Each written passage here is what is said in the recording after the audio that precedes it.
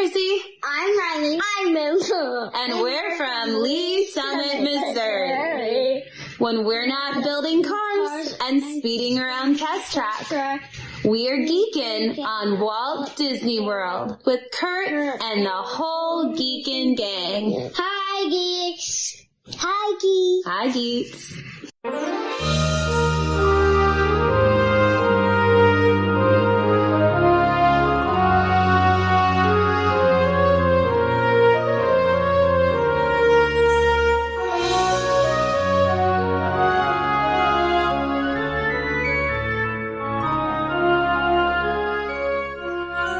Hey, Chrissy and the kids, and hey, all you Disney World geeks. Curtis Stone here, and welcome to episode 435 of the Geekin' on Walt Disney World podcast. This week, I bring out an unofficial guide to Walt Disney World book author and statistician Fred Hazleton to review the 2022 version of the book, and we're going to review the Genie Plus, resorts, dining polls, charts, touring plans, and answer your questions too. And I've been having fun chatting with Disney World fans and book authors for over 7 years. If you're new to the podcast, welcome. I started the podcast with my daughter Lindsay, talking about our Disney World trips, and then we began to bring on you Disney geeks to tell your trip stories.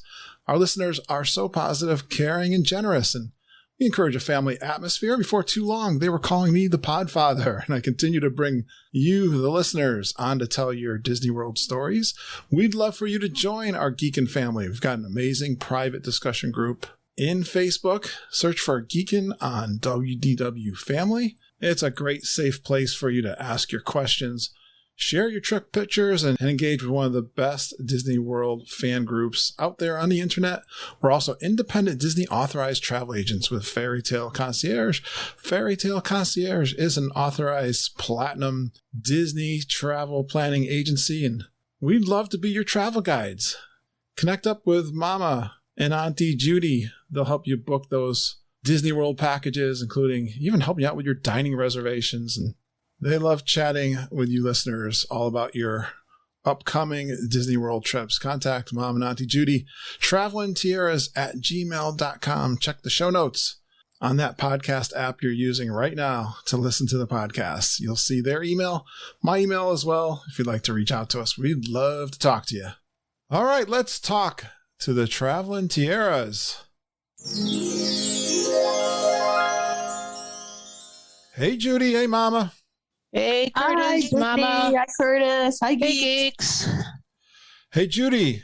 Yes. I hate to be the one to give you this news. Oh, dear. But I got the request for your vacation time off from the Okay. Traveling Tiaras. Yeah. And I'm sorry, but because I'm going to be away, I had to reject it. So Okay. Okay.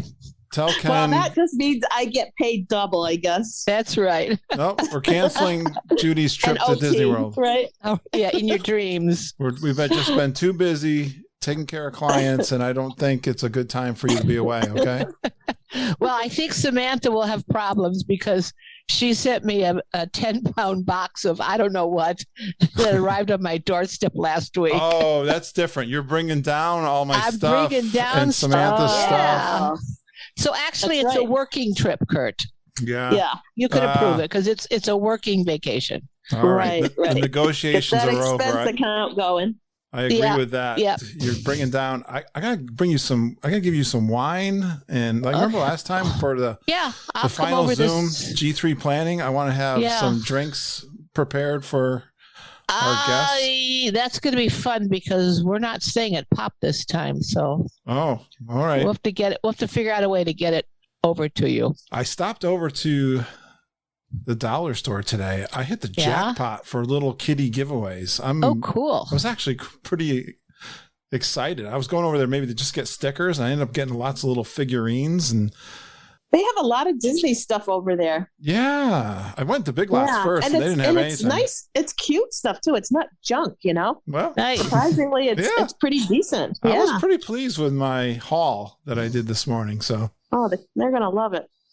Nice. yeah, I've got all my tchotchkes to give away. I have the one that everybody's going to want is the Geeking on WW Charcuterie Board. Oh, yeah.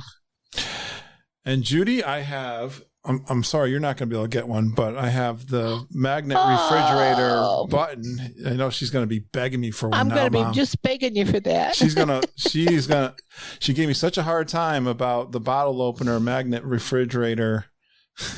Oh, she doesn't like them anyways. Yeah. I would never she use didn't it. like them. No, I didn't say I didn't like them. I said I'd never use them. Yeah, but look at Judy. You can see on the video. It's cool. It's a refrigerator magnet Well, too. I would take that as a refrigerator magnet. I know. See, well, I don't know. You have to be nice to Well, me. you know, what goes in my car doesn't necessarily come out of my car.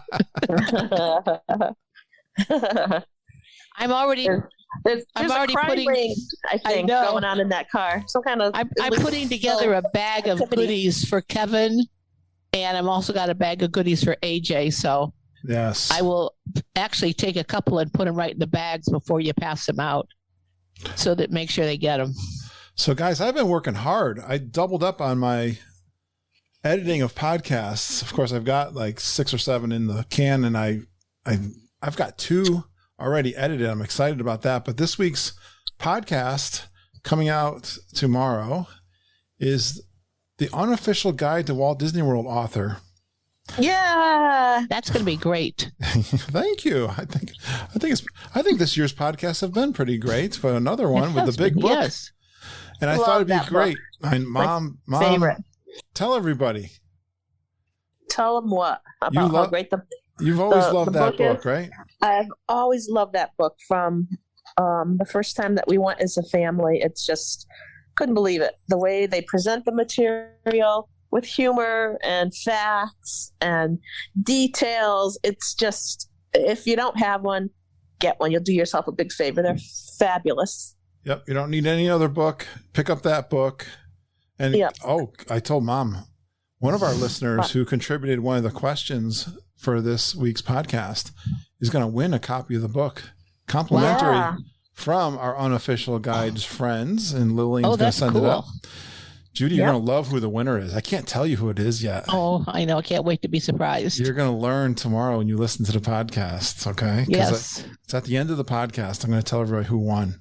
Oh, cool. Yay. Judy's got a copy. Judy, I asked you guys to tell me something that you found interesting from the book. Did you find something? Yeah. You want me to go first or Mama to go first? All right, Mom, you want to go first? I'll go first. Mine's not that long. It sounds like you guys got chapters picked out or something. So We're going to read chapters from the book. I'm going to read a chapter from the book. I'm not. Everybody settle down because you're going to get, chaptered. No, mine is, well, you know how much everybody knows how much I love the book, and I use it for all planning Disney. It's just fantastic. So I was thinking about, what do I love to do when I go to Disney World, and over the years, the things that I've learned that I You love love, to drink. you know what, Judy? Exactly right. This is the order of my things that I learned from touring plans. She got it. I can't believe she got. Well, no, I can't believe she got it. She knows me. Were you guys talking about this ahead of time? No. No, honestly, That's God, she hysterical. knows me. The first thing that you all know that I love is rope drop, getting up early, still dark. You get to the park. You're the first ones there. You run over to Fantasyland. You ride your Peter Pan. You get you just absorb everything about Disney right early in the morning. Probably the only other person that I know that really does that is Glenn Kessler, because he never sleeps. He's up on that bus at probably 5 or 6 a.m., right? Even before me. Yep. But that's like my number one thing. And then later on in the afternoon, close to 4, you got it. What do I like to do? Go find a lounge. And it just, there's so much information in the book about the lounges, but I'm just going to tell you, my favorite thing to do when we're in the Magic Kingdom area is go to the Tambu Lounge and get myself one of those delicious lemon drops. 2's the limit, because nothing good happens after 2. as I found out one time. And then just other lounges all around the parks, in the parks, at the resorts, everywhere. It's just my favorite thing to do besides rope drop is to get to those lounges around 4 o'clock.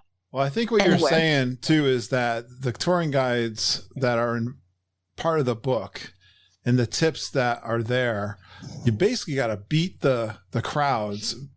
And one of the ways to do that obviously is the rope drop, and then to stay ahead, like early breakfast, early lunch, and then hit the lounges early too. Hit the lounge. You're going to be ready. You're so ready. Start thinking about leaving the attractions around 3, so you're there for 4. Because most of them open a little bit later. I feel like years ago when we went, didn't we used to go like around 3 and some of them were open? They don't do that anymore. It's a little bit later now. I remember being on the boardwalk one year, and we were like went from lounge to lounge, and nothing was open. When can we get a drink? And I think that was like 5 o'clock at that point. Yeah, it was late. Yeah, the wait staff hasn't even come to work yet, and we're the ready to true, go. Yeah, true day drinkers. Earlier. And the other thing is in the morning too, like when you can rope drop. Like Nomad Lounge or something like that. So fun. Or Oga's, you go in and you get your couple of fuzzy tauntauns and then you're just happy for the rest of the morning. I love it. I love it so much. Margita, you're all about full stink in the park. That you have one, I am not, though. One speed and then go hard. Yes, you are. I agree. I don't see it like that. Absolutely. You gotta be there early. She doesn't know who she is, Judy. Wait, Kurt, you talk about me. We're in the park. I know what I like. I know what I'm in front of you guys, but Margita's way in front of me. Yeah. Oh my God. I always said if there was a marathon, and I know there is in Walt Disney World, but that speed that she's in Main Street USA is another gear I don't even know. I always lose you guys on Main Street because you're going too fast. Like I turn around and you're like, so there's excited. nobody around me. You just point and go. I don't know. This year I've got this broken foot bone and clumping maybe around this is with my the year that maybe in June, if it's not all the way healed, it'll be harder for me to go. Scooter time. The two tiaras with scooters. Yeah. Oh Lord. We'll see. We'll see how that goes. But yeah, those are get there early and enjoy your time and have a couple of cocktails every day of your vacation. It's good for your heart. This is good for your mind. It's good for the soul. Do it. All right, Judy. I was much more practical. I don't know. I don't read the book from front to back. I skip and bounce around the book. Depending on what topic I'm interested in at the moment, I'll find that chapter. And one day I might be reading about different resorts. Another day I might be reading about transportation. So this time I looked and I found a chapter, and it's called Special Tips for Special People. Oh, that's for everybody. It is. And, what it is, it starts out, and it starts with the resorts, and it tells you what kind of amenities are at the resorts, what you will find in each resort. And then it has a section about service animals, tells you what you're going to find in the theme parks and where you can find things. It talks about Disney's DAS Pass service, tells you how to get the DAS Pass. It tells you who is qualified. It says very clearly, guests whose disability requires only a wheelchair or mobility vehicle do not need a DAS pass. Mm-hmm. I found it, which I knew, but I found interesting. It talks about wheelchairs and EVCs, where you can get them in Disney, how much they cost, and also some off-site places that you can get them. Right. It talks about allergies. If you have dietary issues and allergies, it tells you how to deal with that. And Disney's so good with that. Yeah. And it also gives you phone numbers that you can call before you go there. Right. It tells about medications, if you need to refrigerate medications. Yeah, right. It tells you how you do that. Yep. If you're visually impaired or if you're hard of hearing, It tells you how you can deal with that. They have Braille guidebooks and they have Braille menus. And again, there's phone numbers that tell you where to find this information. Yeah. They have a section called Walt Disney World for Seniors. Yes. Yes. And Who's it has, that? I don't know. I don't know. Yeah, I think they're telling the seniors, take it easy, take it leisure. It might be, look out for strollers is one of their number one points, which is true. It talks about international visitors. There's a section there. There's a section for expectant mothers. Mm-hmm. Yeah, There's a section for if you go to Walt Disney World and you're a single, or if you're a couple. And then at the end of that chapter, it talks about weddings and commitment ceremonies and renewals. It has phone numbers again where you can get in touch with people. And it says to get married in the world, you need a marriage license, $93.50, issued at any Florida courthouse. Florida residents must complete a 4-hour premarital counseling session to marry less than 3 days after applying for their license. Completing the course reduces the license fee $61. Mm-hmm. Wow. However, there is no waiting period for residents of other states. So I guess you don't could try come to from get married. Don't try to do anything in the parks. Think you're going to get away with it with Disney, because that won't work. They don't know. It says, but you don't need to wait. But the blood tests are not required. But both parties must present valid ID with their social security number. And if you're a widow or divorced, you have to present a certificate, a death certificate, or a divorce decree. So they're very specific. And this is all in the book. It gives you all that information in this book. Yeah. So it's your one-stop shopping location. It really is. We love it. It's really great. No Elvis for the marriage ceremonies, though. But no Mickey Elvis. Mouse, maybe instead of Elvis. Well, if you wanted Mickey and Minnie to be at your wedding, they would be there. They'll be there. They do have a price, but there is a price. You got to pay. In the show, I can't think of the name. Once upon a time, Mr. Gold, Rumpelstiltskin said, "All magic comes with a price." Yep. So he's absolutely right. You're right. Everything at Disney comes with a price. You're right, Judy. Good This one, is Judy. the type of book where you just have a thought and then you go look it up. And in my case, like Mom, drink and food is an attraction. And so I thought I'd focus on my dip into the unofficial guide into some of the things I'm looking forward to for my G3 trip. And well, one of them is that Saturday we're going to be spending drinking around the World Showcase. There is a section there in the book, page 289 I'm looking at. They do. I know. They pick out some of their favorite lounges around World Showcase, which is obviously fantastic. I've turned into page 289 right now. You can follow along, Judy, with me. The La Cava del Tequila is one of their favorites. 93% above average. Now, that is a fantastic... You know how much we talk about in the podcast of the frozen lime margarita, which, interesting enough, they talk about La Cava, which is the bar, which is fantastic. Mom, why do you love the bar at La Cava? I actually like the cantina outside. I do like La Cava too. Yes. I do like La Cava, which is inside. And they have some really cool stuff there. But yeah, Curtis and I were talking about that this morning with the frozen lime margaritas. Were very classic. We love those. A lot of people like just the on the rocks. Yeah, they made a comment. Mom, I was just telling her. They said the rocks margaritas are what we gravitate toward. Okay. That's the touring plans, guys. Unofficial guide. I have something, a bone to pick with you guys. I need to make a errata suggestion here. There's definitely two camps here. Yeah. There are two camps. We have fun with that.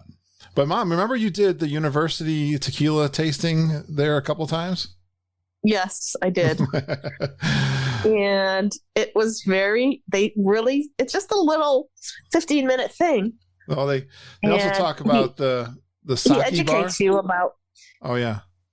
the different tequila flavors and where they come from and all. That was really fun. Yeah. Well, it says in the book that if you're doing the tequila thing, you're supposed to ask for Hilda or Humberto, both from tequila in Jalisco, Mexico. Well, and tell them Len sent you. that's really interesting. I do remember the name Umberto for some reason, but he actually shows you how to shoot tequila too. Yeah. There you And go. you get it after the second or third shot. It's pretty easy. And if you forget, goes you can down. always go back the next year you're on vacation. Yeah. Well, they have Fun. some other top ones are the sake bars in Japan, the wine cellar in Germany. You know what? I was surprised. They got the Rose and Crown pub, but you know what they're missing is the wine cellar in Italy. I was surprised because that's one of my favorite places in World Showcase. Yeah. Yeah. That is a really nice place. Yeah. Go get a flight. Yeah. I'm looking forward to doing that, but there's some places I've not been at Disney World and my listeners have been talking about to eat. And one of them is the Polite Pig. You know how much I love my barbecue guys. Mm. I thought you Yeah, were going that to say menu the sounds Spice Road fantastic. table. I actually think, the Spice Road. I That actually one's think happening that too. the Polite Pig has a great sides menu. So even if you don't want to eat the barbecue meat, I think the sides just sound fantastic. It's exactly in the book here. First of all, they value this as A rating, and it's got 96% exceptional. I'm really excited to see that it's rated really high. Yeah. And our listeners have been talking, Miss Glenn's been talking about that specialty veggie sides, like you're saying, Mom. They got a page bourbon Curtis? bar, cocktails, local beers on tap, homemade cakes and pies and desserts. Yeah. Oh my gosh. I'm really excited now that I've read this. Sounds fantastic. Yeah. What page is Why that, haven't we Curtis? done Now that? I'm I don't curious. understand why we haven't gone there, guys. What's our Page- problem? Well, you know what happened to me? Well- This is page 308, Judy, but 308. I'm going to look. the location's not that optimal. Like I always get pulled to the places that are along the water, and this is like near I know. the car I know. garage. Oh, I see that. Yeah. So, but Yeah. I'm doing it this time. Here's another Yeah. thing: restaurants, and we get into this with Fred Hazleton from the guide. But restaurants opening in 2021, Le Crêperie de Paris. Judy on We the next have page. reservations for that. I'm excited. Generously Yes, we sized, do. savory and sweet crepes. This Yummy. banana-filled crepe sounds good for dessert. Mm. We had They all sound pretty good. We had the red berry crepe in October. That was really Yep. good. I do Yeah. that too. Hey, before I forget, because it just like slips in and out of my mind lately. I forget so quickly nowadays. Homecoming has a great moonshine flight too that I was reading about in the touring plans for today There you too. go. Really nice moonshine flight. Yeah. So there's that. Disney Springs has so many great places, but we're excited. Space 220, we're all going to be trying it out on G3, so that's new this year. And Steakhouse 71 is another new one. We ate there in October, and it was amazing. Looks like they got good burgers there, from what I can tell.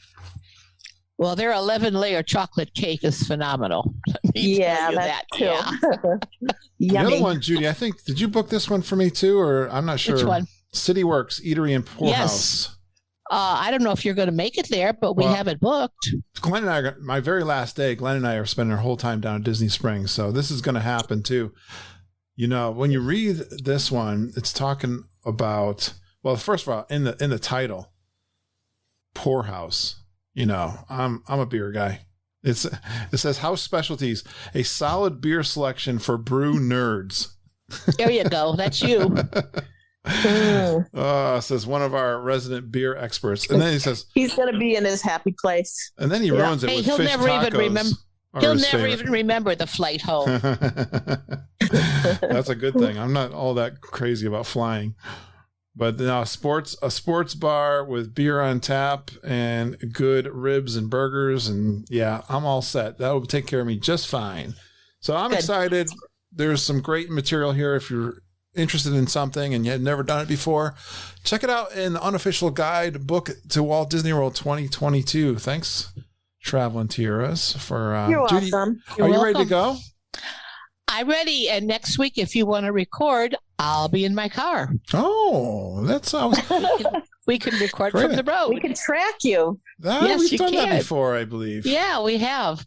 Yeah. That's- road trip. We're, I'd forgot about that. So okay, yeah, we're going to leave Sunday. it's a great idea. watching the weather every day. And it looks like Sunday and Monday are going to be good travel days. Oh, my fingers crossed. I know. Otherwise, we leave Saturday or we leave Friday.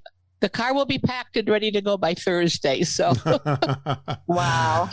Oh, we're getting excited. Thanks. yeah. Coming up so quick. All right, Margita, you got to keep the fort held down while Judy and I We'll are do away. our best. Keep the home fires burning. We will do our best. Keep all those geeks happy. The ones that are going. You guys got some clients that are booked for G3 and things have been hopping this year. It's looking great. Yeah. So thank you everybody for booking with these two. We really appreciate it. Yeah, thank you. Yes, All thank you so much. We really appreciate you guys. You make it all worth it. You're Can't awesome wait to clients. see a lot of you down there Yeah, in we'll be talking to you. another week. All right. Wow. Let's Okay. leave it there till next week when Judy's on the road down to Disney World. On the Alrighty. road again. I can't get on the road again. Uh-oh. All right, second round of unofficial guidebooks. Now the big book, the Disney World book for 2022. We got some great questions from our listeners through our private Facebook group. And stay tuned. I'm going to announce a free copy of the book, thanks to our friend Lillian over at the Unofficial Guide and touringplans.com. And it's my first time talking with Fred Hazleton.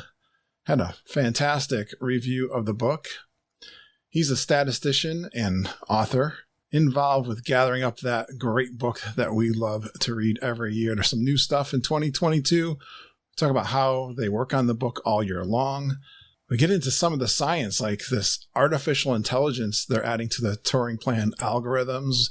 Got to talk about Genie Plus. It's a big thing we're all talking about. You're hearing lots of that from firsthand experiences from our geeks down in the parks, and you'll continue to get more of that. But right now, you're going to hear the Unofficial Guide take on it. I love the polls and tables in the book. And we asked Fred some of his favorites. You know, the authors definitely put their take and opinions of the attractions and foods and resorts. Spent some time talking about the new and coming attractions. And fun question we got from one of the listeners. I think Fred really liked this. The touring plan mistakes some people can make in each park. Well, Disney World can be a really complicated vacation to plan. If you've never been or you want to get an insight on the new attractions, I highly recommend our go-to source and the Unofficial Guidebook to Walt Disney World 2022.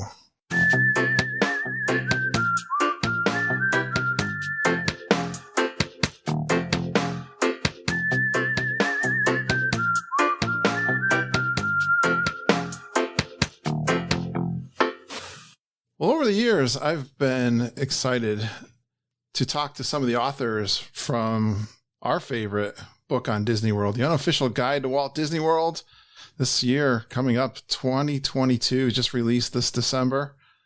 I think I see some people in our community just receiving it in the mail, like Auntie Judy. I saw her get it. I was fortunate enough to get an advance copy. Yeah, I've talked to Bob Selinger before early on, and I've talked to Len Testa a couple times. And I have someone else who's a contributor and author to the guide coming on tonight to talk about our favorite book. Please welcome Fred Hazleton to the Geekin' on Walt Disney World podcast. Hello, thank you. Thank Hey, you, Fred. Fred. How are you doing? Oh, I'm doing quite well. How about you? Great. Thanks for coming on. I'm Oh, my pleasure. curious to hear your involvement with the book. And so what's your role in the writing of this wonderful guide to Disney World? Yeah, I've been working with the guide for, this is my 20th year, actually. My field of expertise is, it used to be called statistician, but now they call us data scientists, which is a little bit more accurate. But basically, that's my role. The books have always taken, as you and your listeners know, quite the scientific approach to traveling in general, but specifically to tackling what is a Disney World vacation. So when I discovered the books for my own trip, I reached out to Bob Selinger, the author, and asked him about his work and his research, and if he, ever needed any help with the data analysis or a statistical, side of things. And he put me in touch with Len Testa. who's co-author of the books. And Len and I have had a long friendship ever since. Friendship and working relationship, trying to, crunch numbers as it pertains to Disney World and come up with tools and analysis that can help people experience the parks in the most optimal way. So it's been an absolute blast doing that over the years. I bet it's been challenging over the last few years. It's always challenging. We've had ups and downs and things of, if there's anything about Disney World that's consistent, it's the amount of change that happens. Mm. So we are always struggling to stay on top of what's going on with the parks and the resorts. So we've continued to do that. But yeah, the last couple of years, of course, has seen a lot of changes that have made our jobs more difficult and challenging and also more exciting. It keeps you on your toes for sure. Absolutely. Yes, our audience, they are quite smart when it comes to Disney World, but I did reach out to them. I've got a very active private Facebook group and had them ask some questions for you. So I've sprinkled in a few of my own, but what's some of your most, I love the reader polls. And I was just wondering if you have any interesting reader polls and what would be some of the interesting ones that are in the book that you like? Yeah, the reader polls are a great source of information that we've been using for years on everything from restaurants to hotels to attractions and everything else. And we always get a lot of feedback from our readers. I contribute to some other guidebooks as well, like the Unofficial Guide to Las Vegas and Cruising and a few others. But Disney World, above all, has a really engaging readership where they love to write in and give us their feedback on what they experience in the parks. Let's see. The difficulty with the reader polls is that so much of Walt Disney World gets high rankings. Okay. So it's really hard to kind of separate things because the hotels are generally loved. The restaurants are generally loved. The attractions are loved. I would say one of the most interesting thing that I discovered when I was reading the books for the first time and working with them is the Cirque du Soleil show, which ends up La Nuba, for those that have seen La Nuba, which used to be at downtown Disney, now Disney Springs, was one of the highest rated entertainment venues in all of Walt Disney World and rarely talked about that because, so many people obviously go to the parks to experience what Disney has to offer, but seem to kind of think of Cirque du Soleil as an afterthought or something that they wouldn't, necessarily enjoy. Sure. But for those people that actually go and experience it, it can be a highlight of the trip. Yeah, great point. I've seen it myself.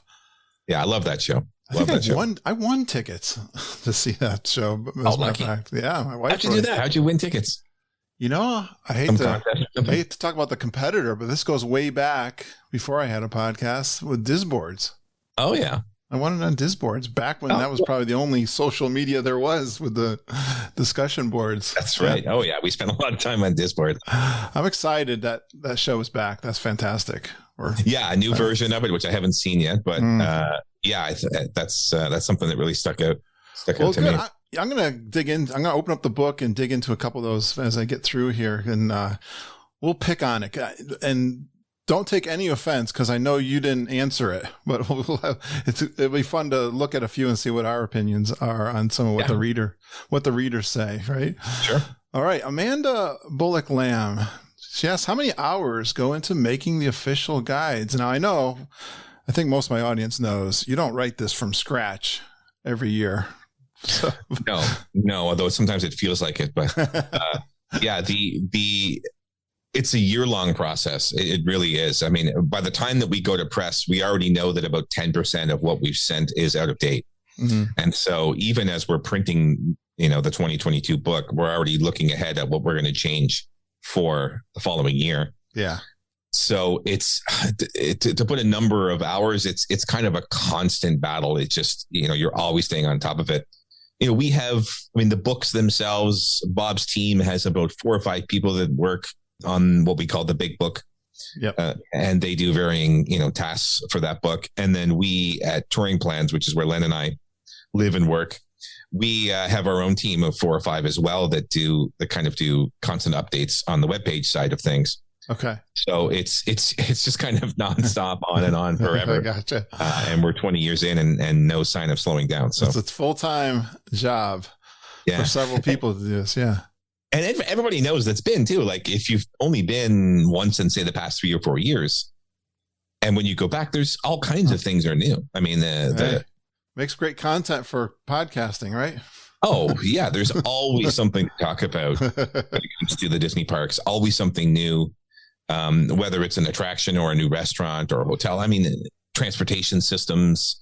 You know, the Skyliner, for example, that was a big change to the property. Really changed the way that the hotels interact with each other and with the parks, and things like that. Like you think of it as being a 1 or 2 paragraph update in the book, but when you actually start to dig into it, it's much more than that.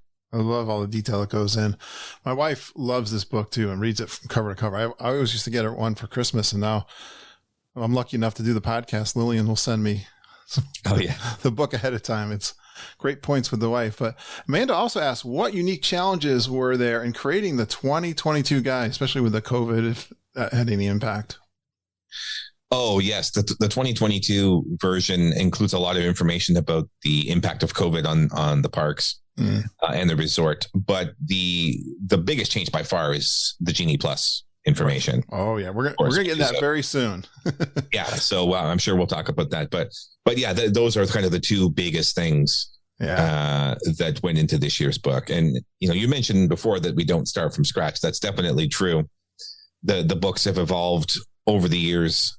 So we usually go chapter by chapter and review each chapter separately to come up with what needs to change and what needs to be added or subtracted. Right. But it's also amazing, as we talk about the things that have changed, what's also amazing is how many things have stayed the same and for which the descriptions that were written years and years ago still hold true. Yeah. Something like I can see the Country Bear Jamboree, for example. Yep. Is basically the same show as it was, 30, 40 years ago when the guides were first written, and the description remains pretty much the same as well. Nice. Kathy Bell Cologne is, I think how she would pronounce it. What is your favorite part in researching for these guides? Favorite part in researching? Well, I never get tired about accepting the challenge of optimizing my way through the park. So my favorite part is to put myself in the shoes of a family that's visiting the park and wants to get the most out of it. Yeah. And this is something that we've worked really hard on over the years to try to solve. Bob started doing it back in the 80s with some operations research work. Len and I came on board in the early 2000s taking a more programmatic approach.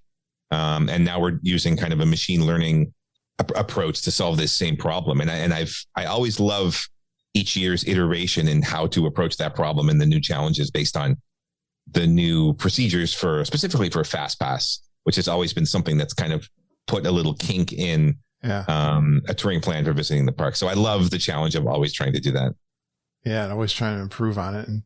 And I was looking, I don't know that I've seen this before, but at the end of the book, the very almost last few pages, now that the indexes are fantastic and the touring plans are back there, some really very detailed. You can even chop them out if you want and bring them with you into the parks. But there were some light versions at the end of the book. I thought that was a really nice inclusion because people like me who have been many, many times, I think we kind of know, but I like to kind of do not go so hard. So you got to hit everything, so the light version. Yeah. The greatest hits. Yeah. This is something that's evolved over the years as well, is more personalized touring plans for very specific groups, people that want to do half days, people that just want to see the highlights, people that want to do only the coasters. So yeah, that's something that we've adapted to over the years as we've gotten feedback about the plans. Did you say you're trying to get some machine learning, or is that AI you're trying to get into the? Yeah, well, we actually were pretty early on in the machine learning game, that when we adapted it to the optimal touring plan process. My main role in the group is to predict what wait times are going to be in the future, so that we can develop the plans to help you navigate the parks. And so to do that, we've adopted a machine learning algorithm that actually has collected. Well, we've collected over 33 million wait times since we started doing this. And from that database of wait times, we're able to predict pretty accurately how long you're going to wait any minute of the day in the next year. Wow. Even with all the changes, well, we must get right into this then with the Genie and the Genie Plus system. What kind of impact does it have that on all of that, Fred? Oh, I mean, how much time you got? Yeah. It's not starting from scratch. First of all, we're still pretty early on in the game. You know, it came out in the middle of October. We're a couple months past that now. So it's still yet to be seen exactly what the impact is going to be. The thing about crowds and wait times at Disney World is that it's very seasonal. So when we see something new like Genie Plus, we don't really know its full impact until we watch it for a full year. So sure, even though someone is, might be planning a trip in 2 weeks from now or in January. So we get a lot of questions about what they can expect. And, we do our best to answer that. But for us, we like to see how things work for about a year because, we don't, although we might have information about what Genie Plus is doing for the parks at, say, Thanksgiving or in the first week of December, we don't really know what spring break is going to look like or what Easter is going to look like or July 4th. These are kind of animals unto themselves. And so we have to kind of see a full cycle as the calendar goes around before we really know the true impact. But we can make some assumptions about what that's going to look like. Very good. My pal Heather, I call her cousin Heather because her maiden name is Stone. Heather Stone Capel was asking that same thing. How do you think the Disney Genie will affect your touring plans? She says she doesn't trust Disney, but she trusts you guys. Oh, awesome. Very, very glad to hear that. I think that's a good idea. I heard someone talking about this. Yeah, I don't know. I'm hearing a lot of rumblings, people complaining about it. And also Disney seems to be inflating the lines at the parks compared to what you guys are doing. Yeah, this is a big topic of conversation and something that we've known for years. I mean, Disney has a vested interest just from an operational point of view to inflate the wait times. If you can imagine you're running a theme park and you're posting a wait time outside an attraction, you want to give yourself a little bit of buffer, right? Yeah, it's better to be wrong on the good side, I would think. That was my thought of it all the time. You have to inflate it a little bit. Yeah. So the big question now is, are they going to inflate it more because now they have a monetary reason to do so? Right. Because they're trying to sell you something that's going to give you a lower wait time.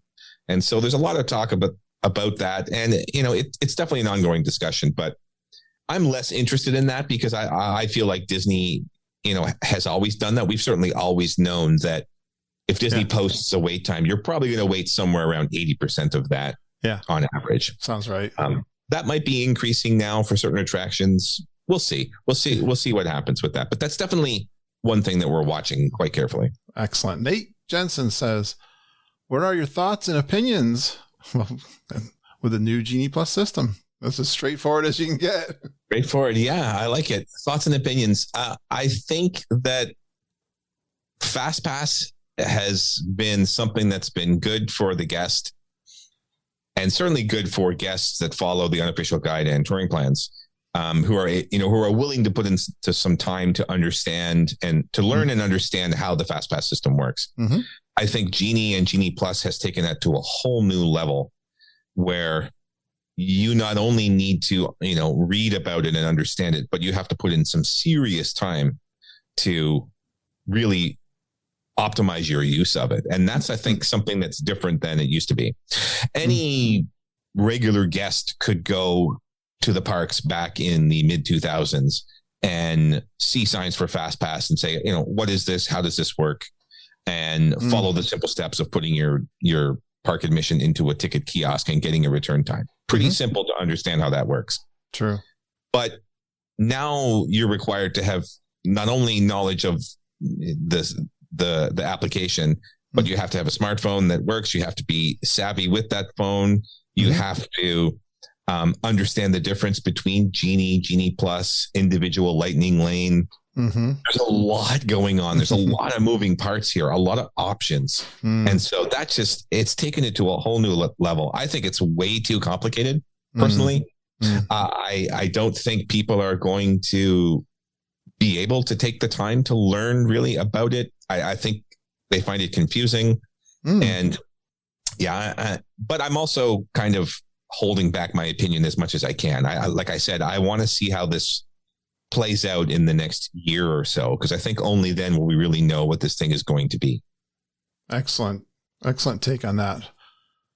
How imperative do you think it is for returning guests? I was thinking about this too. I had, from talking to some folks, I was down there in October, so I had my experience from October. Like, I think I would buy my way onto Frozen, knowing my experience in Epcot that day, because I was able to rope drop. I'm early morning. I was with a friend, and I could get on. I got on all the rides I wanted to, except for Frozen. So I would have bought my way on that one. I wouldn't have bought the Genie Plus for that day, right? And even Animal Kingdom, same thing. I couldn't get on Flight of Passage. Our bus was a little late, and then we ended up Ubering over, so I had a hard time getting on that. So I probably would have bought my way on that, but I was able to get on Safari and Dinosaur and Everest without any problem, getting there real early. But I think Magic Kingdom and certainly Hollywood Studios is where this thing really cranks up. Yeah, that's certainly part of it. You have to. The thing that's frustrating, I think, is that you have to know in advance exactly what you want to do, right? Yeah. You have to know, like, the kind of, we always got criticized in the books and on the website for kind of taking away the spontaneity of a trip to Disney. And there's actually a section in the beginning of the book called "The Death of Spontaneity," where Bob and Len talk about this.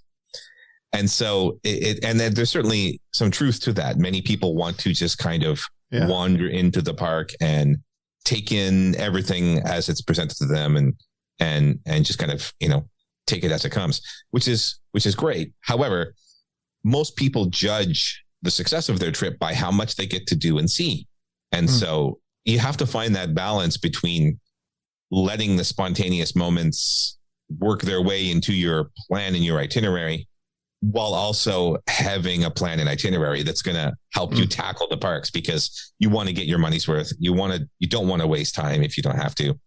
So it's a challenge. It's really, really tough to do that. But you're right. I mean, everybody's going to have to make the decision about, based on their budget, based on how much time they have, how much work they want to put into planning their day. And, you have to kind of decide for yourself, like, is it worth it? Like, we were there just a few weeks ago, actually, and we were just basically doing our laps around the park as we normally do for our research trips. And we decided to try out Genie Plus. And so we actually paid to ride Space Mountain. There was like a 45-minute wait or something like that, but there were fast passes or lightning lane passes available. And we just paid the $18 and we did it just to kind of try it out. And I thought, now would I do that if I was just, a normal guest? And I thought, I don't know. I'm not really sure if I would have done that. So I'm really curious to see what people are going to do. Are they going to bother, or are they going to, just wait it out? I don't know. It's going to be interesting to watch. It's so true. And I'm not going to get into the details of Genie Plus. We've talked about it a little bit already with my wife and Judy, who are travel agents. We got into the details. These guys, page 62 through 63, goes into great detail on all of the specificities of how it works. So I won't bother you with all those details. I did hear someone saying, like, sometimes these return times are kind of later in the day too. They're not like lickety split. So some of them, like Slinky Dog Dash at the studios is an example of that, where we're seeing, like, immediately in the morning when the lightning lane passes are available, they're already like 5, 6, 7 p.m. that kind of thing. That's kind of, and then can you not? Well, that one's a paid one, right? So you can buy as many as you want. That kind of thing. Yeah. All right. Very good. All right. Food is an attraction. That's what we say here, Fred. Love talking about the food. I want to get some of your personal favorites. I got Caleb Allison asks, what is your personal underrated and overrated restaurant according to the fans? According to the fans. Interesting. Underrated. I'm trying to think of something. Well, one of my favorite is Boma. We love the Boma brunch. We find ourselves over at the Boma Animal Kingdom quite often. Our listeners love that one. Yeah. So it probably isn't underrated because it's kind of well known. I think too, if you think about the polls that you guys do, I think I'm going to dig into a couple of these. We can pick on some of the polls. Yeah, I think that's what he's getting at. Sometimes people, it's funny how polls come in and you're like, where'd that come from?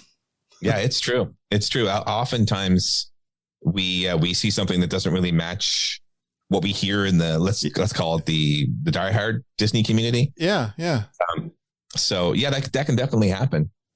It's tough to know, right? Because a lot of people that are really hardcore Disney fans tend to gravitate towards the things which are really unique to Disney, whereas people that are kind of loosely Disney fans and are doing their one and only trip, they might gravitate towards something that has, a little bit less of the Disney feel. Like I'm thinking of things like the Turf Club at Saratoga Springs, which is a pretty highly rated restaurant, but no Disney fan would really make an extra trip to go over to Saratoga to eat at that restaurant. But for whatever reason, the food and the atmosphere gets a positive review. He kind of follows up with what makes you scratch your head when you get their surveys back.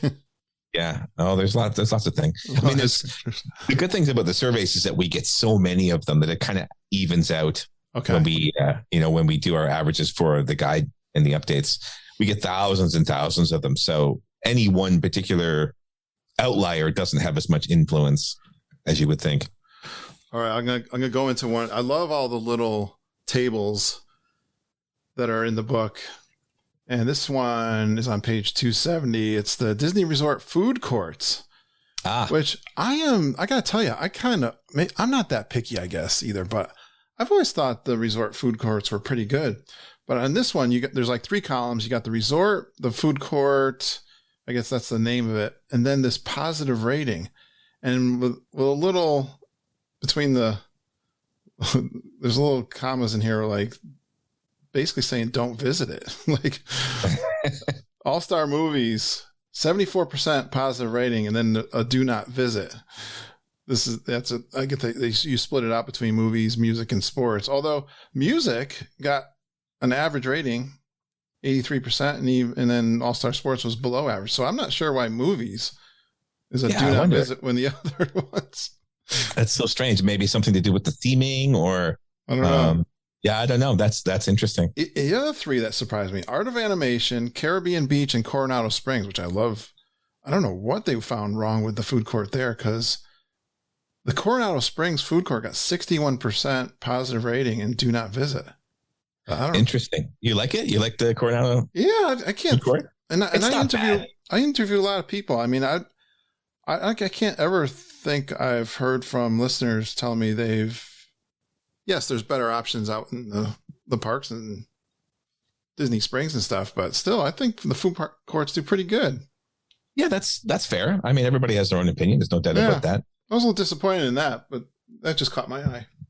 Yeah, the books, and something I noticed with the books as well is that the one thing that Bob has always tried to do with the books is rate, specifically as it relates to food, is rate food based on what it purports to offer. And you have to think, like, from the perspective of a traveler who's going to multiple destinations, he's trying to compare the food that you would get at a Disney resort compared to some other resort anywhere in the world. Yeah. And so it's kind of like you have to kind of think about, from a global perspective, where does this fit into, what they're advertising, what they say it is, and what they actually provide. Mm-hmm. And I think Disney always tends to fall on the expensive side. And so, and often in their marketing and their advertising, they're purporting to offer something that's, more upscale maybe than it is in the general population. Yeah. And so for that reason, sometimes it gets a bit of a lower rating. Hey, this is something I noticed I hadn't seen before, but in the food and dining section, author's favorite counter service restaurants. So it actually has author's favorites in there. Did you contribute to that? No, that's mostly Len and Bob and a few others. All right. Yeah. Well, I was going to pick on Epcot, one of my favorites. And they have, must be that little bakery place, the patisserie in France, which I think that's I would say that's pretty popular. Yeah. The Kringla Bakery is in that list. Oh, yeah? There's only 3 of them. And then the other one, now this one, I wouldn't have believed until my audience turned me on to it. And and my wife had always said it was good. It's the Tangerine Cafe in Morocco. Yeah. It's a decent spot. Do you have a favorite in Epcot? In Epcot, I like all 3 of those. Particularly in France, the patisserie I think is really, really good. I think it's also the most authentic. My wife is French, and so we end up going there a lot. Okay. How about the redesign they did there too? Remember? Yeah, really interesting. Lots of room back there. did a nice job with that. Yeah, I think so too. That's one of my favorites. I like Germany. I like going in for the bratwurst there. I think it's pretty decent. So overall, all the Disney parks, what's your favorite quick serves? Give me your top 3. Favorite quick serves? Definitely the one in Pandora. Oh yes, the Thule Canteen. Yeah, the canteen. That's my favorite all time. Yeah, that's great. Counter service. Other than that, that's really the one that stands out. You know what? I had counter service last trip at one of the Star Wars counter service restaurants. I can't remember which one it was. Docking Bay 7 or. I think it was Docking Bay 7. Yeah. Really, really good salad in there, like a big salad that was really good. I was surprised. Really felt that Hollywood Studios has upped their game. We used to make fun of it a lot. Yeah, I mean, Hollywood Studios used to be like ABC Commissary. That was kind of it, Backlot Express, but not much to go on there. But now it's actually not too bad. I was actually glad that we chose to eat there. All right. Favorite sit-down restaurants then? Favorite sit-down? I'm a sucker for Raglan Road. I've always loved Raglan Road. I love the Irish music. It's so funny how that keeps coming up. And I had a great time there. But Fred, in October, I love that little outdoor area. And they had a guitar. I love the Irish music, and I know inside, of course, they have the entertainment. But boy, I'm a sucker for some Irish drinking songs and having a. Yeah, do you like the food there?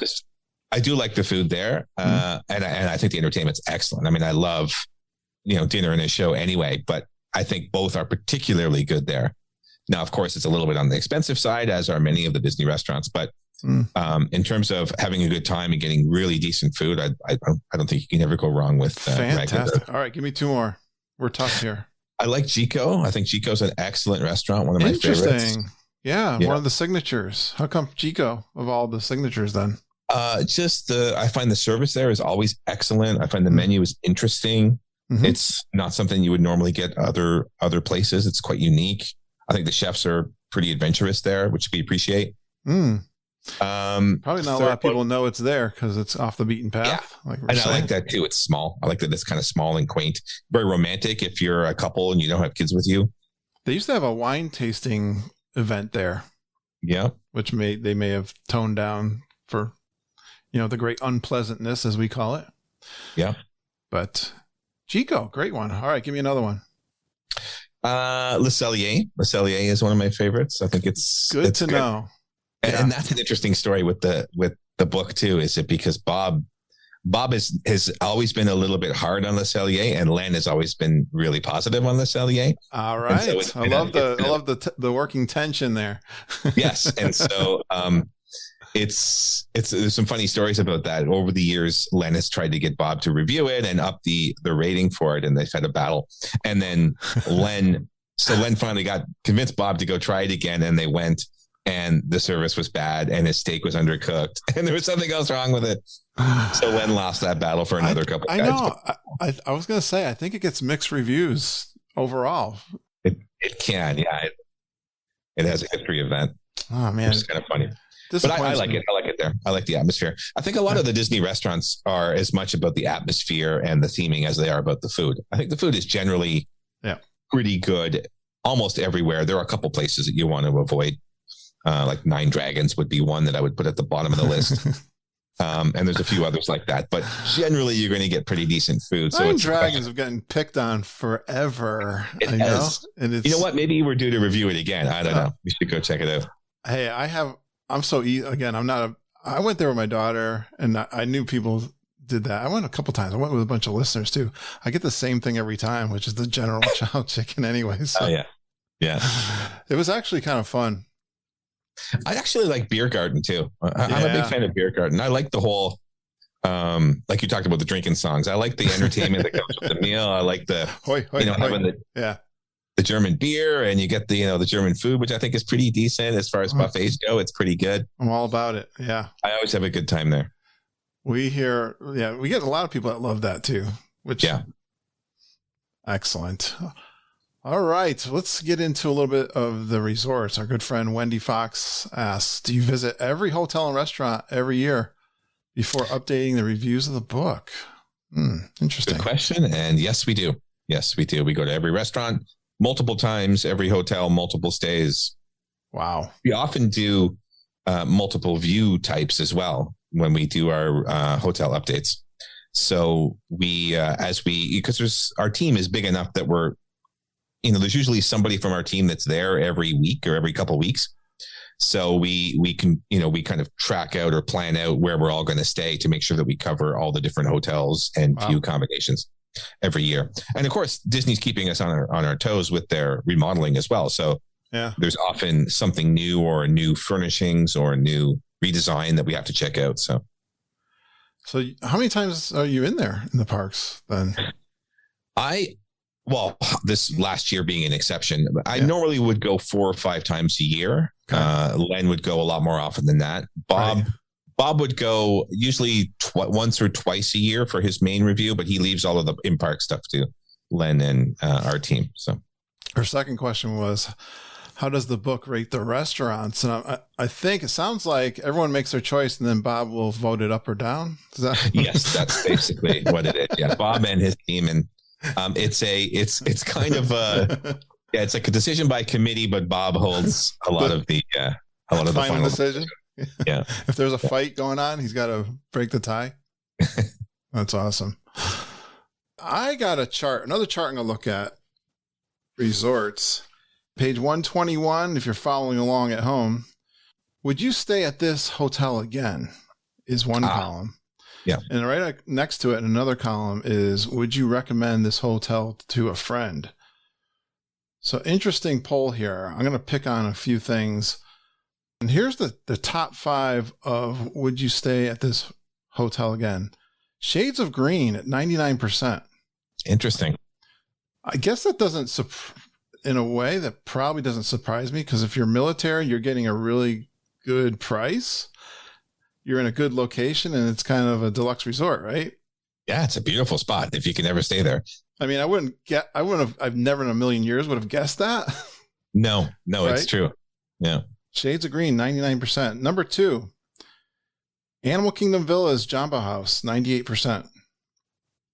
Interesting. We hear that. I mean, the one that my favorite resort comes in at 1, 2, 3, 4, 5, 6, like 10. I'm surprised the Polynesian. It's actually the Polynesian Villas and Bungalows, and then the Polynesian is like way down middle of the pack. That really surprised me. Interesting. At 91%, which is still really high. This is what I was talking about before, where 91% is good. Like that means that almost everybody that stays there would stay again. Now you say it, if you go like 3/4 down, you got Grand Floridian Resort and Spa. Oh, this is funny. Animal Kingdom Lodge Jumbo House is way down there, 89%. So the one the villas is the one at 98%. So interesting. That's kind of weird. Yeah, that is kind of weird. It's a big split.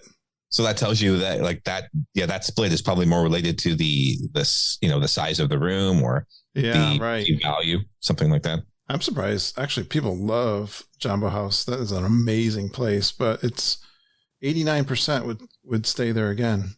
Well, I don't know I'd like to know who those other 11% are. Where are they going to go that's better? Yeah. Unless it's cost or something. I don't know.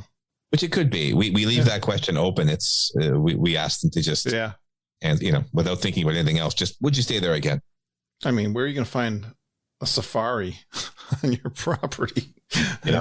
It's so unique and majestic. But it might be related to expectations too, right? I mean that the marketing material might make it look like there's a giraffe on your balcony every day, but you get there and you're like, I couldn't really see it, or it didn't really work, So the top, except for Shades of Green, there's Animal Kingdom Villas, the villas at Grand Floridian Resort, Boardwalk Villas. Are you seeing the theme here? Copper Creek Villas. And you'll never guess what the next one is in a million years. Port Orleans French Quarter. Sandwiched in between. Wow. Let's see. Bay Lake Tower, Beach Club Villas. Man, my audience, I would say, hands down, absolutely loves Port Orleans French Quarter. I do too. Yeah. We just stayed on our last trip. We stayed at Caribbean Beach, which of course is one of the other moderates. And boy, it's I was really struck by how it felt old. It felt kind of out of date. And it was the decor was kind of, it just needed something. It just felt like it was kind of stale, it just didn't really have much going on. But French Quarter, which I haven't stayed there in a couple of years, I must admit, but there is something that's really quaint about the French Quarter that just feels really homey. And I like the theming there a lot. I like the music, and that's interesting. Coronado is way down at 88%. I say way down, but it's on the bottom, quarter. Coronado has always struggled. I think it's because it's so spread out that people find that they walk a lot when they're there, which is one of the downsides. That's one I just stayed at, and I was just comparing, because I would say of my favorites of the moderates would be French Quarter first. Still, I like Coronado second. I like the majestic. I think it's very majestic, and now they got the tower too. Yeah, I love the tower there. I've stayed there. It's great. Yeah, I actually really liked walking the property. I liked the restaurants. The Three Bridges was fantastic, and the pool. I thought it was a beautiful property. I can understand people being a little lost there. Yeah, it's kind of big, but it's really interesting to get in. But I take your point there. It looks like all the fanboys are in the DVC column though. They're all like, for sure. Yeah. I've bought in. I'm putting 90. I'm going back because I already committed to this. Maybe I should not count those as much. I wonder what the first Riviera's at 9 is. Pop Century is kind of right in the middle at 92%. Okay. I was looking for a value. That's quite good pretty, for. Pretty, I would say, yeah. Right. All right. When you think about what Pop Century offers, it's a pretty basic room, but it's got an interesting theme, and it's so the fact that the value is in there at a pretty high rate, that's pretty good. I was going to say Caribbean Beach always took the brunt of the moderate, came in last place, but I really like the food court and what they did there. They redid the pool, and then now you got the Skyliner. That's what really brings it up. I give it major points for the Skyliner. Well, it was one of my highlights of my trip recently was staying right on the Skyliner. We actually were staying in the Aruba section at the far end, so we were really close to the Riviera Skyliner stop. And boy, is that ever convenient to just be able to walk over there and hop on that thing and get to either Epcot or the studios relatively quickly. But I like how you have the weaknesses, strengths and weaknesses. Yeah. Well, yeah, like Port Orleans Resort Riverside. It's got interesting narrative to theming, Disney princess themed rooms. Yeah. Live entertainment in the River Roost Lounge. That must be Yeehaw Bob they're talking about, right? Yeah. We've got a big event coming up with listeners, and we're going to make plans to go see Yeehaw Bob. Oh, good. You'll have fun. A moderate resort that can sleep 5, which is important. That's true. That's a good point. There's a lot of strengths here. Very nice pool. Close driving distance to Magic Kingdom. Good place to walk or run for fitness. That's true. I love that path along the water. Yeah, and it connects over to French Quarter too, so you can. Yeah, it's a fantastic perk there. Only one weakness: multiple bus stops. Yeah, may share services with Port Orleans French Quarter. I don't know if it does that, but yeah, definitely And I know my wife got lost in that property. Yeah, there's a few properties where you can get lost. Coronado's one, and Riverside's another. I've always had fun with these strengths and weaknesses. I think they're really good.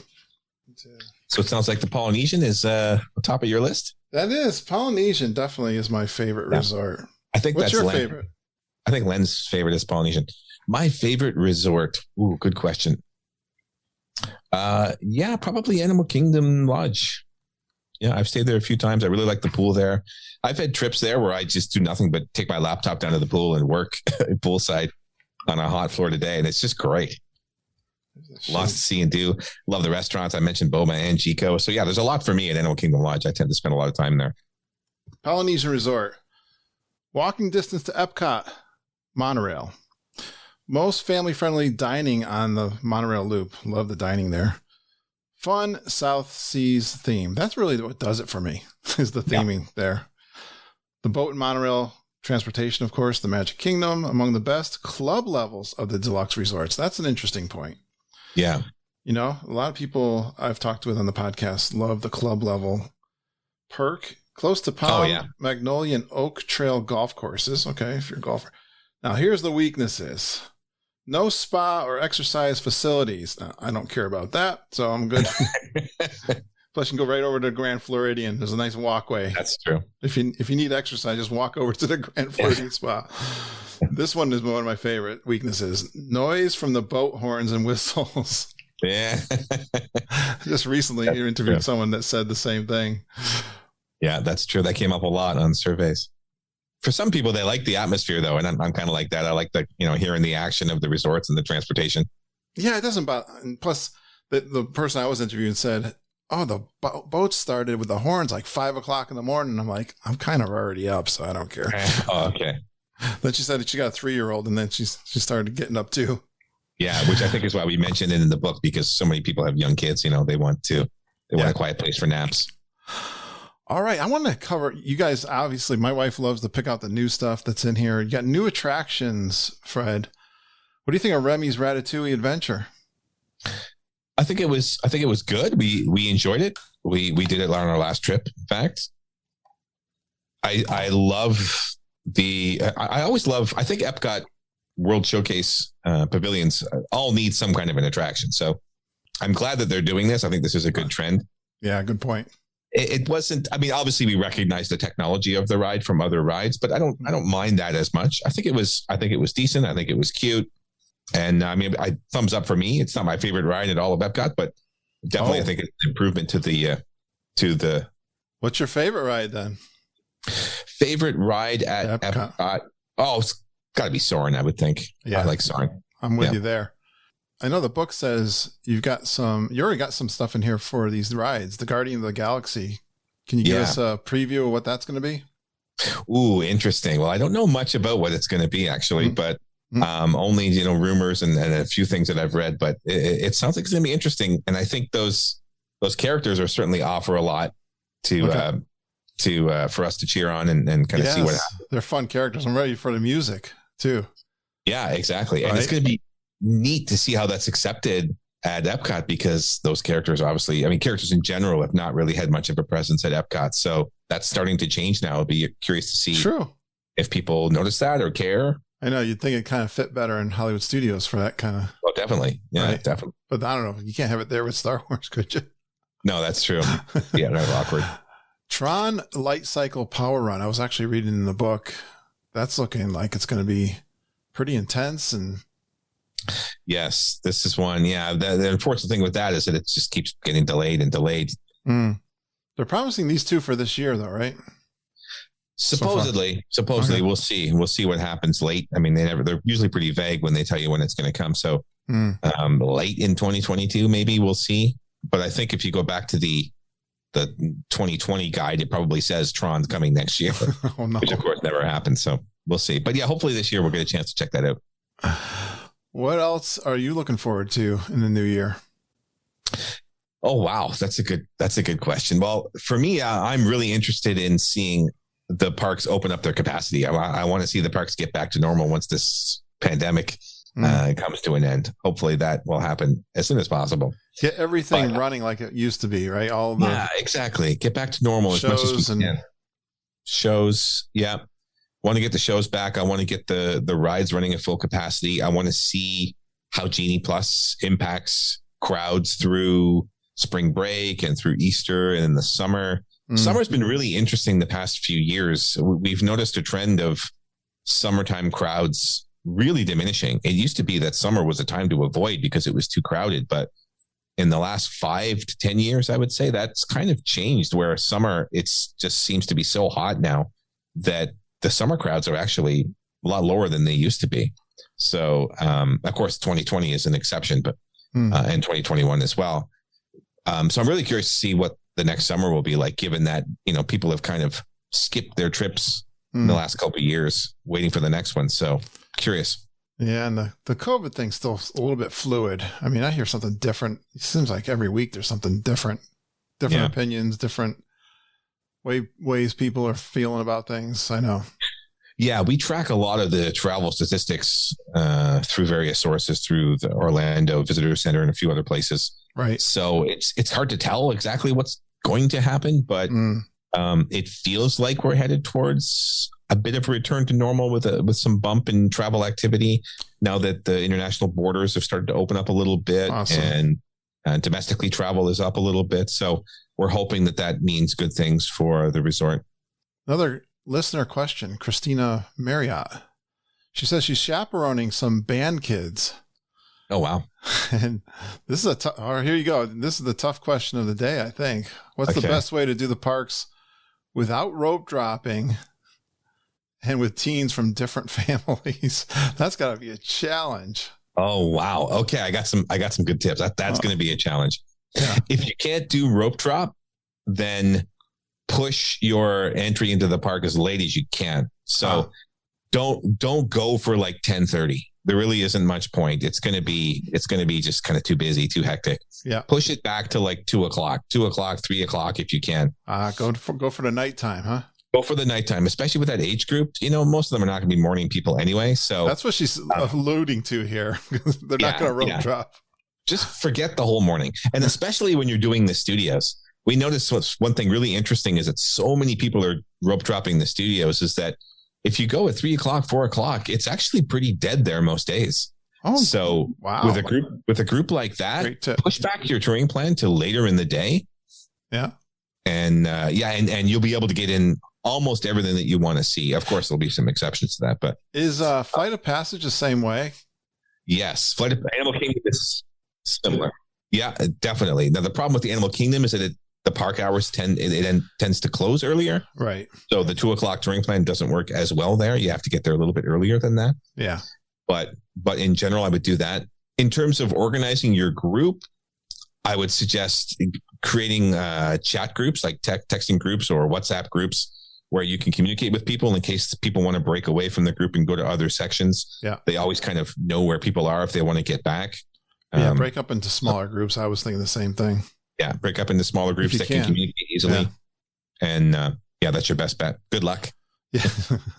She says, any other tips for chaperones of the groups? Well, there is, should I say there's alcohol in the parks, but I don't know if you can do that when you're chaperoning. Don't listen to me. Alcohol for the chaperones, maybe. That's what I meant. That's what I meant. Don't tell anyone I told you. So she's got another question. I like this one for us geeks. She says her husband is a software engineer. They were debating today why Disney has so much trouble with their technology.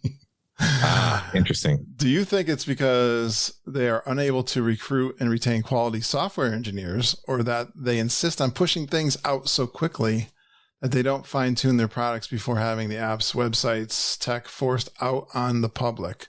Like Disneyland had a bad opening of Genie Plus, didn't they?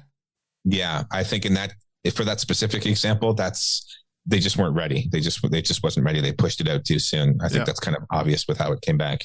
Yeah. I also think when it comes to Disney tech that the problem is the scale. They've just got, when they put something out there, it's so difficult to test something at that scale with so many people using it, so many moving parts, administering it. It's just, it's tough. It's really tough. We were talking about this the other day, actually, that we kind of wish that maybe the parks would treat themselves as little test markets. Could you imagine if it was, just Animal Kingdom that had like Genie Plus as a test market or something? And they may have done this. I don't know. But I feel like their problem is that it's kind of all or nothing. They have something that's developed and then they distribute it amongst the entire resort. And we're talking about, hundreds of thousands of people that are using it in a short time period.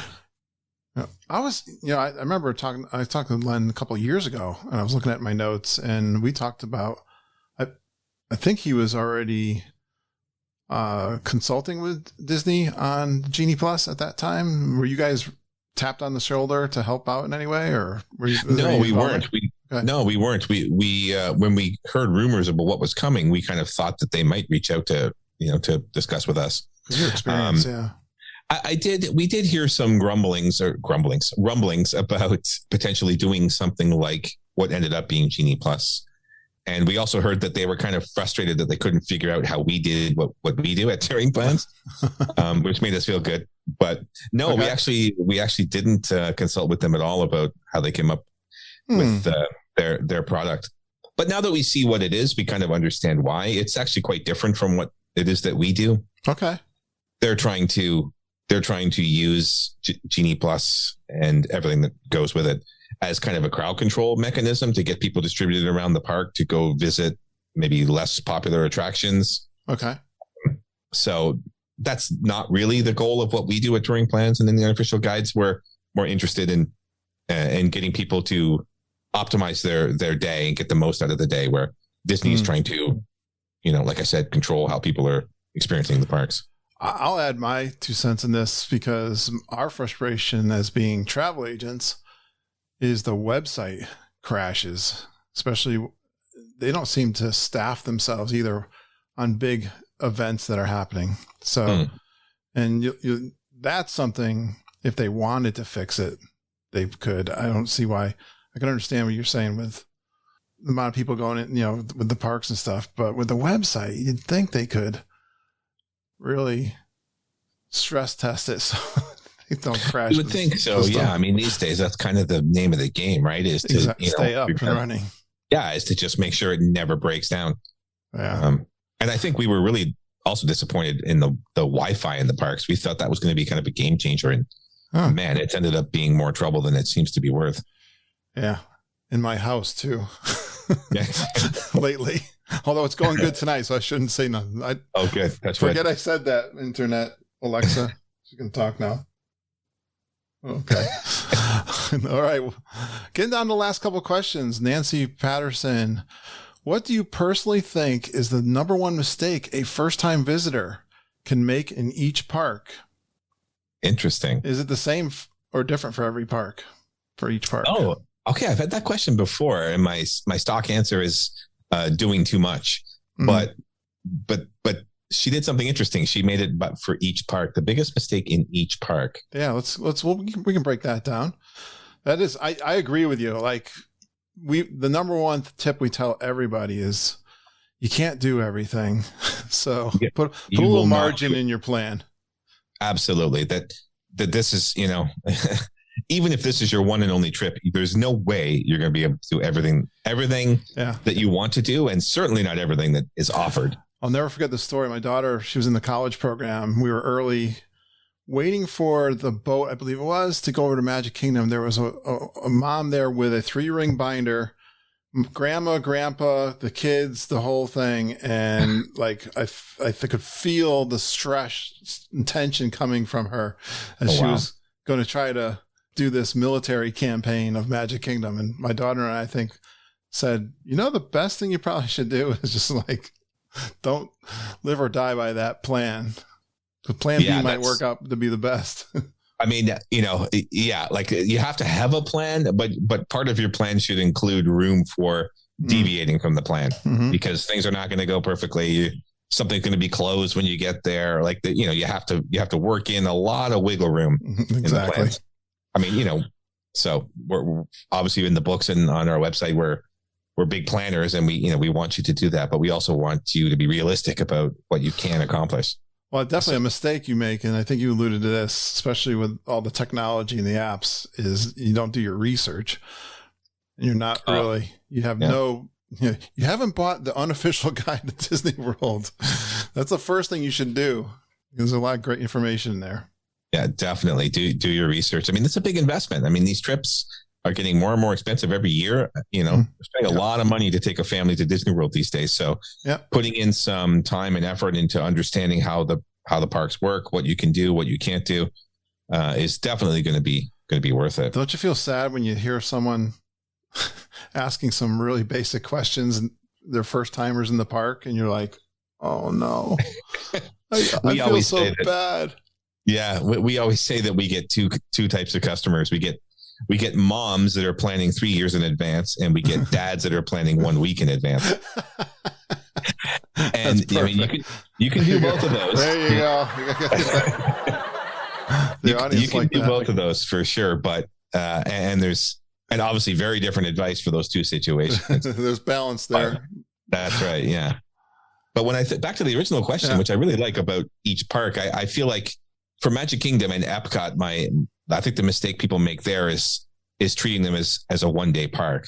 Yeah. When really, I think they work best as a 2-day park where you I'm do into a morning. that. Yeah, you can Yeah, I think that's solve so many problems with 2 days in Magic Kingdom, right? You really can, because it especially at Magic Kingdom, but I think Epcot as well is really a 2-day park. There aren't as many attractions there, but Epcot is really about taking your time wandering around World Showcase and experiencing what those pavilions especially have. Hollywood Studios now too, right? Hollywood Studios as well. I mean, it went through a major, change about 2 or 3 years ago when they added the Galaxy's Edge and Toy Story Land and all of that. So that's becoming a park that takes a lot of time to visit everything. So What mistake can you make at Animal Kingdom? Animal Kingdom. Ooh, good question. What mistake can you make at Animal Kingdom? I made one. I'll give you some time to think, but I made one by missing the first bus, so I couldn't get on Flight of Passage. Yeah. Oh, I know what the mistake is. That mistake is not discovering, pun intended, the exhibits on Discovery Island there, where you go through, not Discovery Island, but there's that whole, the thing about Animal Kingdom that people often miss is the exploration, taking those little paths in and out around. It's tough to be a bug there, seeing the Tree of Life. There's all kinds of little exhibits and little walkways that you can explore that people could just kind of blast through on their way to, Everest or something. I agree. Or even Rafiki's Planet Watch. It takes a little time investment. I think everyone that goes out there, especially if you can get out there in the morning and see the vet might be working and doing even a surgery. There's some interesting things. Yeah, there's often something going on there. Yeah. No, I agree. I think really taking in the beauty and the walking paths and seeing and talking to the cast members. Yes, definitely. That's a good one too. They're very knowledgeable. All of the above. Yeah, that's for sure. Trying to go too fast to the fast rides. Yeah, Animal Kingdom is much more of a park to explore. I actually really like the Animal Kingdom. I mean, even when you just walk in there, you realize very quickly that it's a different type of theme park. There's no big icon at the entrance. Yep. Yeah. So it's kind of like, you're walking into the jungle. It's really cool how they do it. And I think it often gets listed fourth in terms of favorite parks, but I think Animal Kingdom has a lot to offer, and I really like that park. Mm-hmm. And all right, can you make a mistake in Hollywood Studios? Oh, I'm sure you can. Make a mistake at Hollywood Studios. That's a good one. What's the most common mistake that people make at studios? Maybe, the less informed guest, I think, expects to just kind of do the 2 Galaxy's Edge attractions without knowing about virtual queues and that kind of thing. Yeah, right. That's a major mistake. How about the people that went down to Disney World not knowing that they had to have a park reserved? Oh, yeah. How horrible. Did you hear some of those stories? Every day. Oh, yeah. That must happen every day. I feel bad for the cast members to have to deal with that. Oh, my gosh. How horrible is that? Yeah. That's the biggest mistake I've heard. Pretty rough. Yeah. Is there one at Epcot? The Epcot would be like treating it as a 1-day park, I think is a big mistake there. I think, you have to explore. Also, people that just kind of blast through World Showcase without taking the time to wander around there. There's some really cool little surprises in each of those pavilions that I think you have to put some time into. That'll be worth it. I could do my whole vacation at World Showcase. You absolutely could. Could. Yeah. I just saw that a lot of the tours are coming back, Fred. Nice. Got to hear that. Especially, I noticed it was on the Disney blog, they had the Animal Kingdom tours. Those all looked like they were coming back right away. Oh, that's good. That's good to hear. Some of those are really, really good value and really interesting, especially for people that have been many times and want a bit of a different experience. Another question she says is, what do you think are the long-term or permanent effects on the parks post-pandemic? Great question. Well, I wonder if Disney is going to, because obviously, germ control, if there's such a thing, is always a concern for people running theme parks. So I wonder if they might hold on to the mask mandates maybe a little bit longer than the general population. Okay. Just because that's something that I'm sure they have concerns about. More cleaning and hand sanitizers than they had in the past? I think that they're now that they kind of have this new routine, I think they'll probably continue to do that. I think future attractions that are built are going to be a lot more cognizant of the space and social distancing. I think we're going to see a lot more outdoor queues. We're going to see a lot more queues that kind of naturally disperse crowds rather than putting people into tight little spaces. Interesting. I'll take bigger vehicles. Bigger vehicles.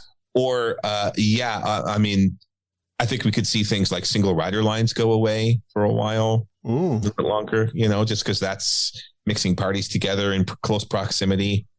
Just saying that some of these are these changes for the better or for the worst. Yeah, that's single rider. I don't know. They'd be kind of for the worst. I really scored on that a few times.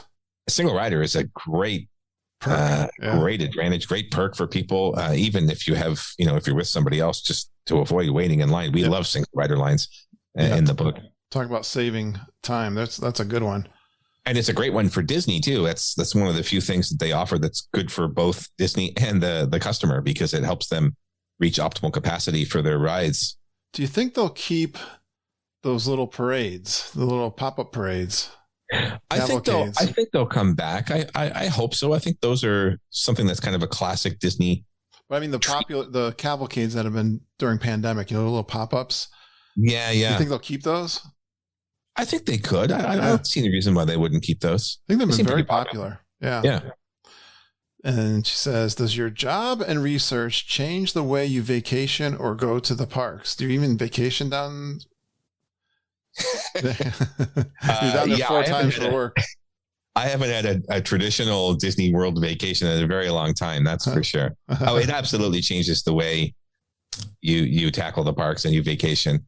However, I will say, although the little moments of Disney magic are much less frequent than they used to be, they still happen even to this day. Yeah. Still little moments. Yeah. Every now and then where I think, wow, like this, I forgot how impressive this all is. And it's usually the cast members. It's usually, a cast member that really goes out of their way, that's doing a really good job with crowd control, or really, really being very helpful to a guest, or, there's always little moments that still make me think, oh, I remember that feeling of, Isn't that interesting? After all of the technology and all of the amazing attractions, rides, and shows, a lot of it comes right down to that personal customer service, doesn't it? It does. It really does. For a lot of the guests. Yeah. And there are some technical aspects of the new attractions too, like Mickey and Minnie's Runaway Railway. There were some things in there that I saw where, I was kind of like a cocky Disney veteran thinking to myself, oh, I know what they're doing here. This is where the old, theater used to be for the Great Movie Ride. And this is where this is. And then I realized, whoa, wait a minute. This is not what I thought it was. And, we're walking through this thing. And this is, so that moment I found myself thinking, oh, okay, you got me there. That's good. You That's pulled a good little one. magic on me. Nice. Yeah, you got a little magic by me. They even stump the experts sometimes. Yeah, which I thought was really cool. My buddy Daniel Ginger, I'll finish up with this. And if you have any other anything I missed that you can think of, but Daniel says, will you make an audio version for those of us that commute? That's interesting. Of the book. Oh, yeah. An audio version of the book. That's a really good idea. There's a tip there for you. I don't know that you could. It'd be kind of interesting trying, because of all the charts and the. Yeah. Which I think is why there isn't an audiobook version, just because it's so data heavy in the book. But that would be an interesting challenge to make it into an audio version. It'd be great. It would be great to listen to. Yeah. You'd have to. I mean, if you just had you guys, obviously all of you guys are podcasters. I'm going to get that from you, what you're doing for podcasting, what you're up to. But I think it could be done, because you could just put in some of the little stories from listeners, and, obviously you're not going to read it page by page like a regular novel book, but. That's a really interesting idea. Yeah. I wonder if they've looked at that. I'm going to ask Bob and Len about that. Definitely pass that on. Pass that on to the one thing that's great about having co-authors is that both Bob and Len have a really similar writing style. So even though they've both contributed to the book over the years, you can't really tell who's writing when you read through it. Yeah.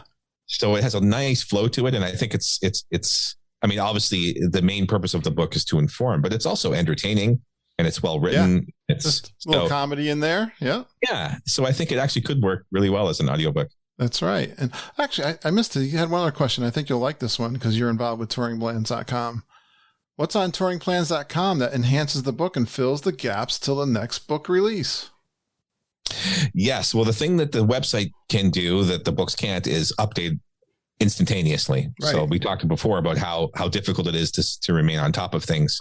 By the time you go to print with the book, there's always some things that are out of date. So we can cover that better with the website. Also with the website, one of the things that we do constantly is update our forecast for crowds and wait times.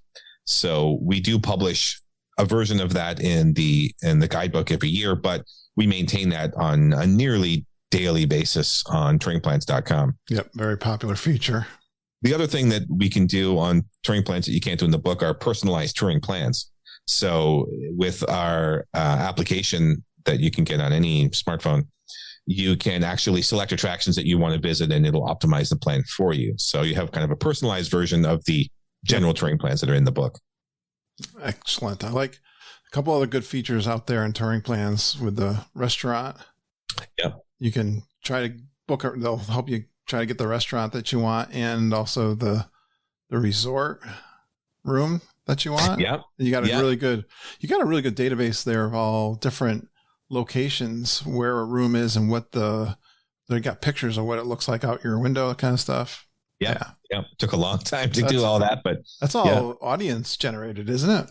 A lot of it is. Yeah. A lot of it is crowdsourced. You guys are staying at the resort. A lot of our wait time data is crowdsourced as well. People that have the app can submit wait times when they're in the park, and that we use that for our database. Right.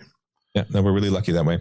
Fred, I have had a ton of fun having you on the show. I'm so glad you came on, and I hope I can get you again, and maybe next year we get down here. Yeah, that'd be great. Super fun. Yeah, besides being a contributor author for the book, what else? And you were talking about Vegas, and I know before we hit the record button, you were telling me you're doing some podcasting too.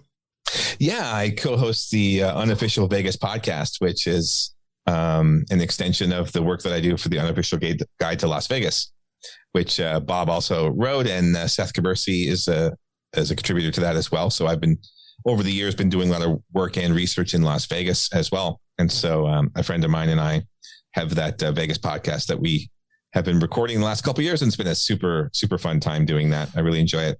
Very good. So check out Fred there. If I go out, I haven't done Disneyland in a long time. Would that be a pretty cool vacation to do little 3 or 4 days at Disneyland and include Vegas in there too? Yeah, I like it. I like it a lot. I've done the way to do it. I've done that trip many times. It's great. I even did that trip with my kids when they were in their late teens. Okay. I wouldn't recommend it for much younger than that. But yeah, we flew into Vegas and did a couple of days in Vegas and then did that drive up to California to the Disneyland parks. I might check in with you when I'm ready to do that. I'm actually going to have Seth. Seth was on and did the Universal Orlando. I talked with him on Tuesday.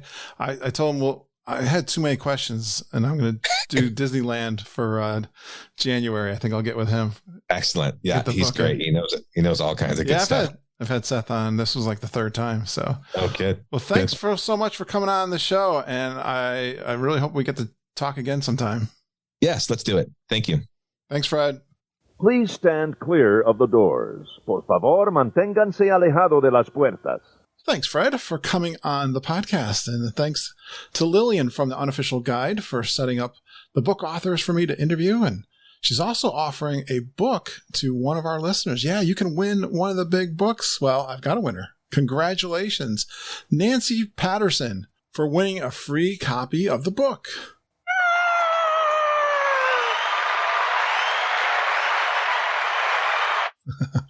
Yes, Nancy, I know you're going down to Magic King for the very first time.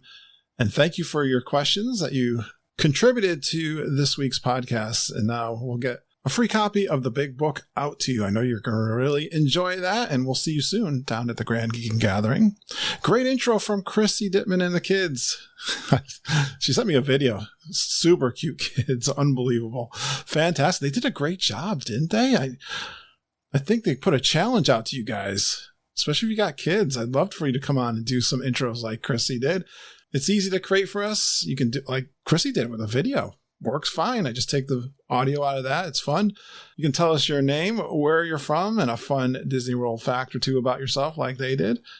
And you go geeking on Walt Disney World with Curtis and the whole Geekin family. Email them to me at kurt.stone@geekinonwdw.com. I just want to thank all of you so much for your patreon.com support. I have been putting out some new audio of those Zoom G3 planning calls as I got a request for that. Got that out there last Thursday. So if you want to listen to those live recordings, and I'll be doing some when I'm down at Disney World. So get ready. Those are coming out as soon as I come back from my trip. But I want to thank Danielle Clayton Johnson for joining Patreon this past week. I really appreciate your support, guys. You have no idea how awesome it is for that. And I just want to thank you so much, and enjoy those extra podcasts I am putting out each week for you to get an inside look into the Geekin family. Of course, thank you for supporting Mom and Auntie Judy with the travel and tiaras. You can email them to get a quote. You're going to see us down in Disney World. They've been booking a bunch of trips to Disney World because the Grand Geekin Gathering, it's like almost here. I've got a week to go and I'll be down there. Kevin Curtis Allen and his family successfully landed down in Orlando yesterday, where he's already starting to post the videos. You know, it's going to be tough this week at work, isn't it, guys? Watching Kevin starting to post all his videos and pictures, and we're getting really excited. It is February 3rd through the 6th. I had a few people reach out to me to get into our private Facebook group for the Grand Gathering.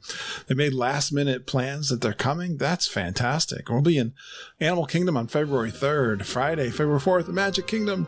Saturday, it's a big birthday party for Kevin and Tony Ann Zarcone in Epcot, February 5th. That's where I like to get the big picture, get as many people as I possibly can that are down there for the Grand Geekin Gathering. Get that big picture. It's so fun to do that first thing in the morning. We learned that the park is opening up early on Saturday. That's fantastic. And I think it's staying late. Is it that night? Or maybe that's Monday night, but that's my favorite big day. And Sunday will also be over at Hollywood Studios, February 6th. Getting really excited. Last Zoom meeting coming up this Wednesday. Those final plans. I think we've got it all figured out. I'm so proud of everyone that's been contributing to the big Grand Geekin Gathering. It's what makes this group so special, that everyone contributes, and we're going to have just a fantastic time. Definitely sneak up on me. I love to get surprised by listeners tapping me on the shoulder and asking me if I am Kurt from the Geekin' on Walt Disney World podcast. I love that. I hope you don't shy away from doing that, because it makes my whole trip. That's why I'm coming, to see you guys. You know we're committed to helping you enjoy your Disney World vacation, so reach out to us if you'd like to do a trip report. We're going to do all kinds of G3 roundtables, I'm sure, when I get back. And Mom will be home booking Disney World trips for you. She's going to have to work full time with Auntie Judy down in the parks. Again, kurt.stone@geekinonwdw.com. Thanks for geeking on Walt Disney World with us. We appreciate you listening and geeking with us every single day. We love you, geeks. Have a magical day, and I hope all your dreams come true.